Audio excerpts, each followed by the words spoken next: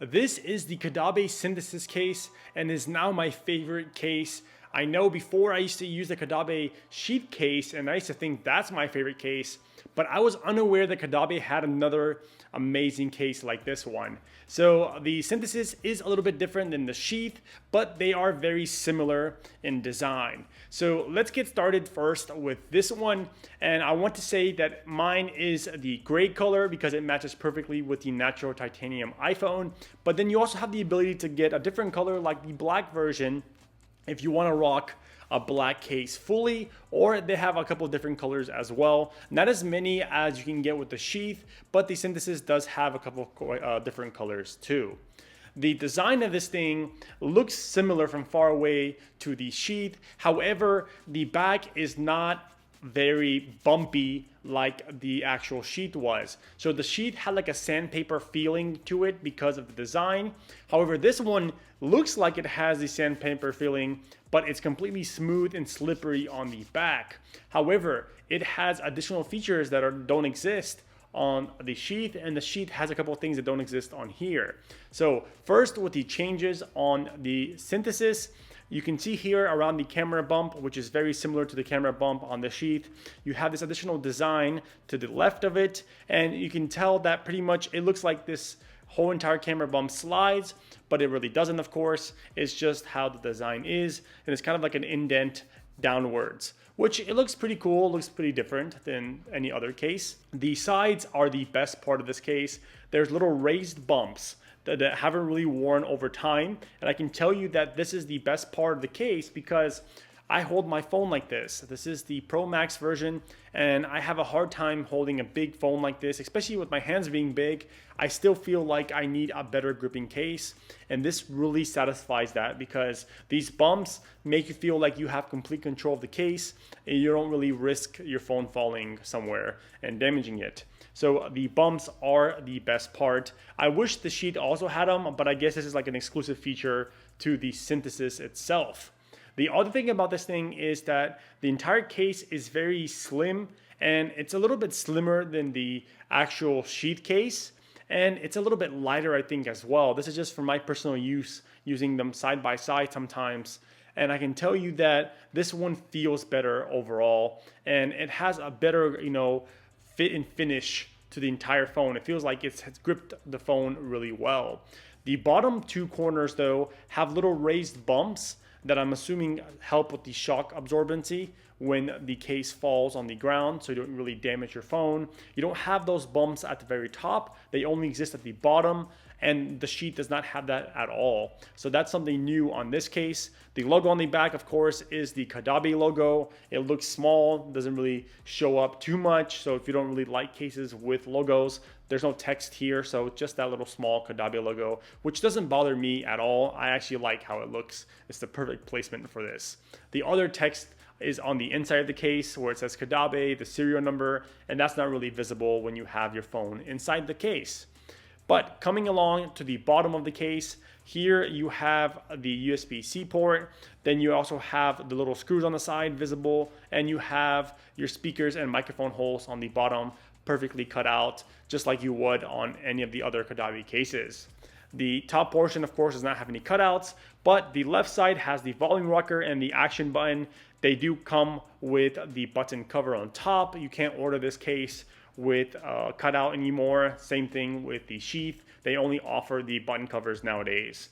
On the left side of the phone, you have the power button, and this power button is covered with a nice button as well. And they're really clicky, so you don't have really hard time, pressing them down. They are pretty good and easy to use, which is really important because some plastic clear cases have a really hard time pressing the buttons down, but this is not the case with this one. You have no issues whatsoever pressing those buttons down, which I really like.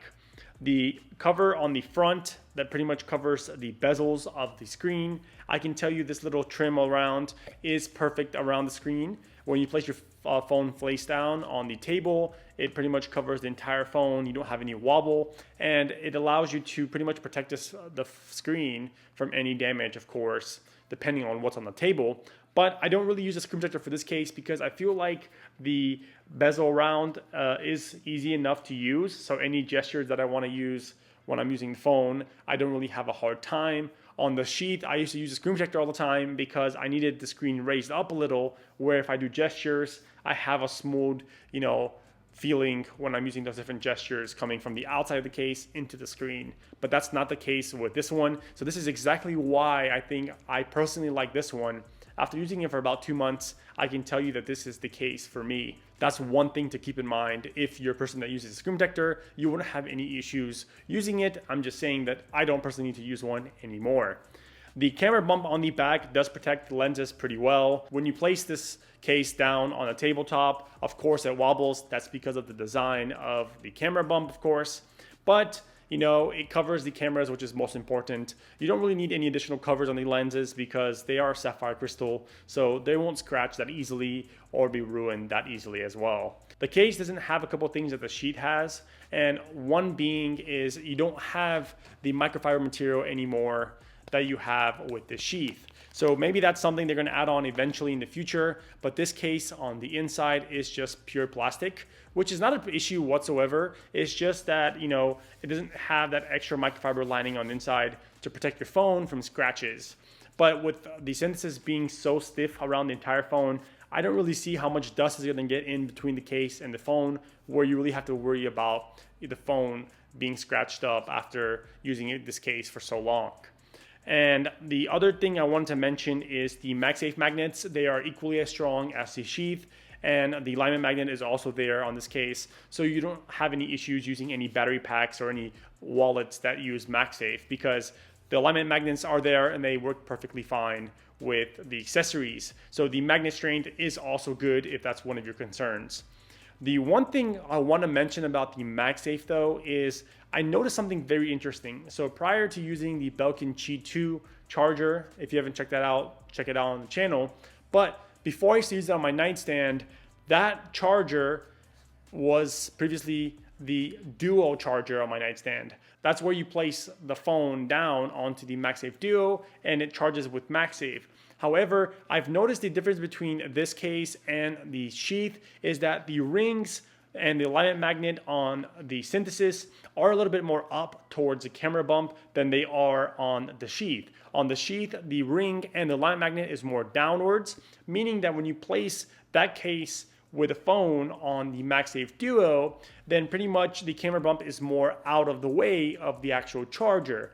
However, now with these ring and alignment magnet being closer to the camera bump, when you place it on the MagSafe Duo, it puts the camera bump in contact with the base of the Duo, so it doesn't lay flat on the charger anymore, meaning that I have issues with charging when I use the MagSafe Duo. So that's where I replaced the MagSafe Duo with a different charger, and I figured why not get a Qi 2 charger, of course, with that being the newer tech right now.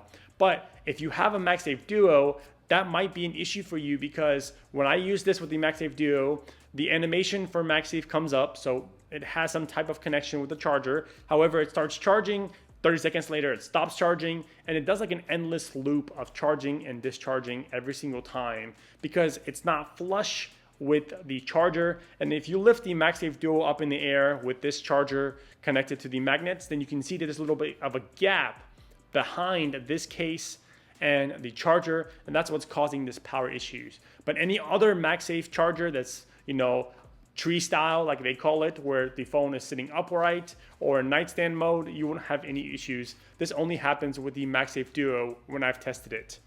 But that's about it. I mean, if you want to check one of these out, then I'll leave a comment down below on the video, and then also leave in the description a link to the Caudabe site so that you can get one yourself and try it out. If you have any additional questions, then please leave a comment down below. Let me know, and I'll try to help out as much as I can. And if you haven't subscribed to the channel, please subscribe so we can get that counter up and it can help out the channel. Don't forget to like the video as well if you like it, of course. And I'll catch you guys in the next one. Zanif Tech is out.